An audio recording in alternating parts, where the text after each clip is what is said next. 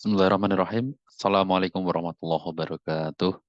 Salam sejahtera untuk Bapak Ibu guru hebat dimanapun berada. Pada kesempatan kali ini, izinkan saya berbagi informasi kaitannya dengan rekrutmen P3K Guru tahun 2023.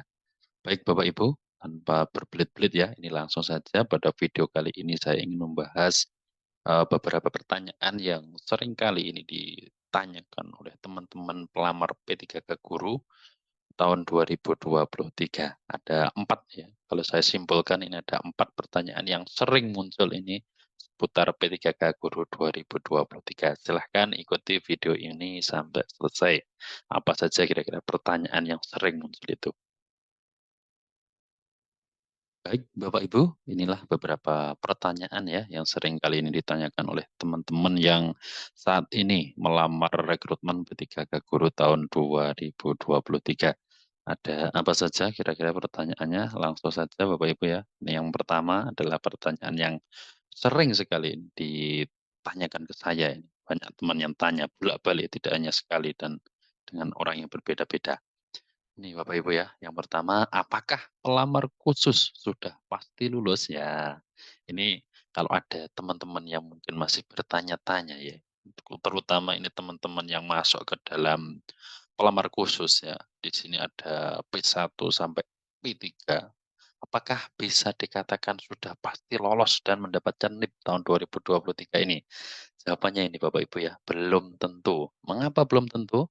Karena melihat jumlah formasi yang disediakan oleh masing-masing instansi.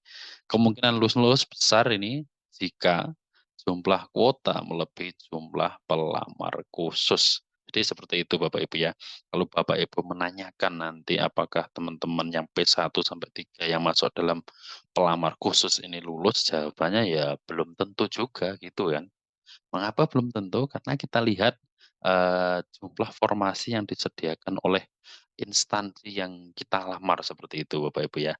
Nah, peluangnya besar ini apabila jumlah formasi yang disediakan oleh instansi ini lebih besar daripada jumlah pelamarnya Bapak Ibu ya. Ini peluangnya akan sangat terbuka lebar, bahkan bisa dikatakan insya Allah pasti lulus seperti itu ya. Saya misalkan di sini begini ya, sebuah instansi itu membuka formasi, jumlahnya itu 100, nah seperti itu ya. Nah terus kemudian, untuk teman-teman yang P1, ini passing grade 2021 kemarin ya, tapi belum mendapatkan penempatan, ini jumlahnya ada 50, terus kemudian yang masuk P2, ini adalah teman-teman yang masuk K2 ini jumlahnya nggak banyak ya kalau saya, analisa di beberapa kabupaten ini. Saya misalkan untuk yang THK 2 ini 5, terus kemudian untuk teman-teman yang masuk ke P3 ini adalah dapodik di atas 2 tahun dengan masa kerja, dapodik negeri ya di sini, dapodik negeri dengan masa kerja di atas 3 tahun jumlahnya 45. Nah, kalau kasusnya seperti ini maka nanti kemungkinan lulus Bapak Ibu itu sangat terbuka lebar ya. Kalau yang P1 50 ini sudah insya Allah dipastikan lulus ini ya.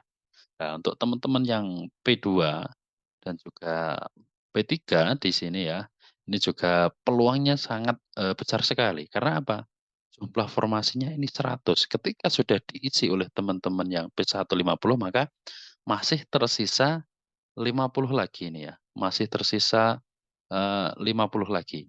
50 ini diisi oleh teman-teman dari P2 dan P3, misalkan P2 itu jumlahnya 5 dan P3 ini jumlahnya 45, maka akan pas terisi semua ya. Yang mana kita tahu untuk rekrutmen P3K Guru tahun 2023 ini untuk teman-teman yang P2 dan P3 ini tidak ada passing grade Bapak Ibu ya. Jadi kalau kasusnya seperti ini, kemungkinan lulusnya sangat besar, 90%. Insya Allah ini teman-teman akan lulus, ini seperti itu. Berbeda lagi misalnya begini Bapak Ibu ya, formasi yang disediakan di sini, 60 seperti itu ya. Terus kemudian P1 ini 50, nah itu kan tersisa 10 formasi. Nah untuk P2 ini 5, berarti tersisa 5 formasi, sedangkan P3-nya itu 45, padahal sisa formasinya hanya 5. Jadi dari teman-teman yang P3 berjumlah 45 ini nanti, ya yang diambil hanya 5 Bapak Ibu ya. yang diambil hanya 5 yang terbaik nanti. Nah, 5 yang terbaik inilah yang berhak mendapatkan, NIP untuk di tahun 2023. Itu saya kira, penjelasan saya terkait apakah pelamar khusus sudah pasti lulus atau tidak. Kuncinya adalah melihat jumlah formasi yang disediakan oleh masing-masing instansi. Itu pertanyaan yang pertama. Kita lanjut Bapak Ibu ya, untuk pertanyaan yang kedua sering juga muncul ini. Nah, ini pertanyaan yang kedua ini ya Bapak Ibu, bisa diperhatikan di situ. Ini saya kecilkan biar kelihatan semua seperti ini saja ya. Kira sudah jelas juga ini. Ini pertanyaan yang kedua, bagaimana bentuk soal untuk pelamar khusus? Apakah masih sama seperti tahun 2021? Nah, ini teman-teman ternyata juga banyak yang belum tahu ya terkait dengan bentuk soal untuk teman-teman yang masuk ke P2 dan P3 ya, atau pelamar khusus ini. Perlu teman-teman semua ketahui bahwasanya untuk bentuk soalnya untuk teman-teman yang pelamar khusus ini adalah SJT ya, atau bahasa mudahnya. SJT ini kan singkatan, bahasa Inggris gitu ya. Bahasa mudahnya ini adalah tes penilaian situasi kerja. Jadi jenis soal ini berbeda dengan P3K tahun 2021 kemarin. Kalau 2021 kemarin kita dihadapkan dengan soal-soal yang sangat panjang kaitannya dengan apa ya, keprofesionalan kita terkait materi yang kita ajarkan di jenjang SD, mungkin kalau PGSD seperti itu. Kalau di tahun 2023 ini berbeda, jenis tesnya adalah penilaian situasi kerja ya. Untuk contoh-contohnya kemarin sudah saya bahas di video saya sebelumnya ya. Saya berikan contoh untuk soalnya seperti ini kurang lebih ya.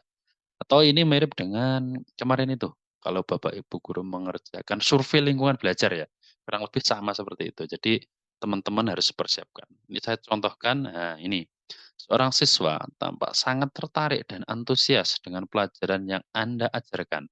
Tindakan yang paling tepat yang harus Anda lakukan adalah A. Membagi tugas tambahan kepada siswa tersebut agar tetap terlibat dalam pelajaran. B. Membatasi partisipasi dan sampai selesai.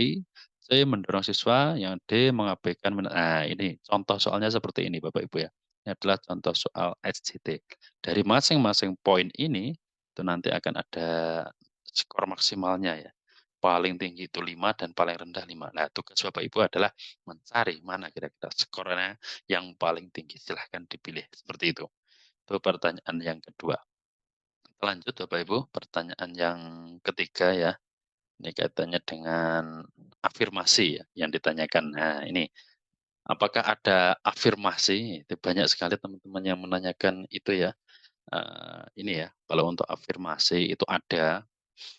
Afirmasi ini diberikan kepada teman-teman yang sudah memiliki sertifikat pendidik. Untuk afirmasi usia pada P3K tahun 2023 ini tidak ada. Jadi beda Bapak Ibu ya dengan tahun 2021 kemarin. Kalau kemarin 2021 itu teman-teman yang usianya 35 tahun ke atas mendapat afirmasi berapa itu 75 poin itu ya. Kalau saat ini tidak ada ya. Afirmasi ini hanya diberikan untuk teman-teman yang memiliki sertifikat pendidik. Ini sesuai dengan apa yang tertulis di surat yang diedarkan oleh Kemenpar RB ya, nomor berapa saya lupa ini. Poinnya dia ada di poin ke-33. Pelamar yang memiliki sertifikat pendidik linier dengan jabatan yang dilamar dan terdaftar dalam pangkalan data Kemendikbudristek ini mendapat nilai paling besar 100% dari nilai paling tinggi kompetensi teknis ini ya. Ini untuk teman-teman yang memiliki sertifikat, pendidik ini sangat istimewa saya kira ya. Terus kemudian, saya kira jelas Bapak Ibu ya, afirmasi ini diberikan kepada teman-teman yang memiliki sertifikat pendidik. Untuk afirmasi usia ini tidak ada ya, dan masa kerja. Afirmasi masa kerja juga enggak ada.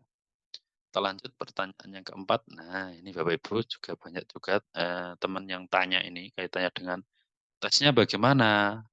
Sistemnya dan di mana. Nah, untuk sistem, apa ini, tes ini adalah menggunakan sistem CAT Bapak Ibu ya. Jadi Bapak Ibu nanti akan dihadapkan dengan soal-soal yang mana soal-soal itu ada di komputer seperti murid-murid kita saat ANPK seperti itu ya. Dan tidak dilakukan di rumah sendiri-sendiri seperti halnya pretest PPG.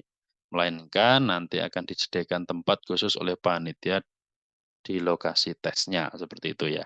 Ini dikira teman saya ini kalau tesnya itu seperti pretest PPG atau UP Bapak Ibu ya. Kalau pretest PPG dan UP itu kan bisa dilakukan di rumahnya sendiri-sendiri berbasis domisili gitu ya. Tapi kalau untuk rekrutmen P3K kali ini tidak, nanti ada tempatnya sendiri-sendiri ini di BKN terdekat yang mana di apa itu, kartu CASN yang kemarin Bapak Ibu pilih itu, kan sudah ada lokasi tesnya milih di BKN yang mana. Saya yakin Bapak Ibu milih di BKN yang terdekat. Jadi disiapkan saja, Bapak Ibu tidak perlu menyiapkan, komputer, menginstal exam browser dan lain sebagainya. Cukup Bapak Ibu datang ke tempat tes itu, nanti komputernya sudah disiapkan oleh panitia, seperti itu.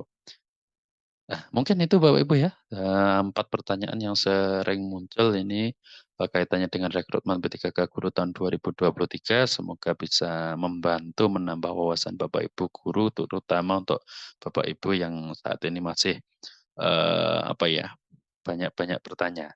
Apabila ada pertanyaan lebih lanjut nanti silahkan apa ya, diketikkan di kolom komentar, insya Allah akan saya bantu jawab sesuai dengan pengetahuan yang saya miliki dan tentunya ini sesuai dengan edaran dari Kemenpan RB dan Kemendikbudristek, seperti itu. Banyak kekurangan mohon maaf, semoga video ini bermanfaat. Wabillahi taufiq wal hidayah. Waridha wal inayah. Wassalamualaikum warahmatullahi wabarakatuh.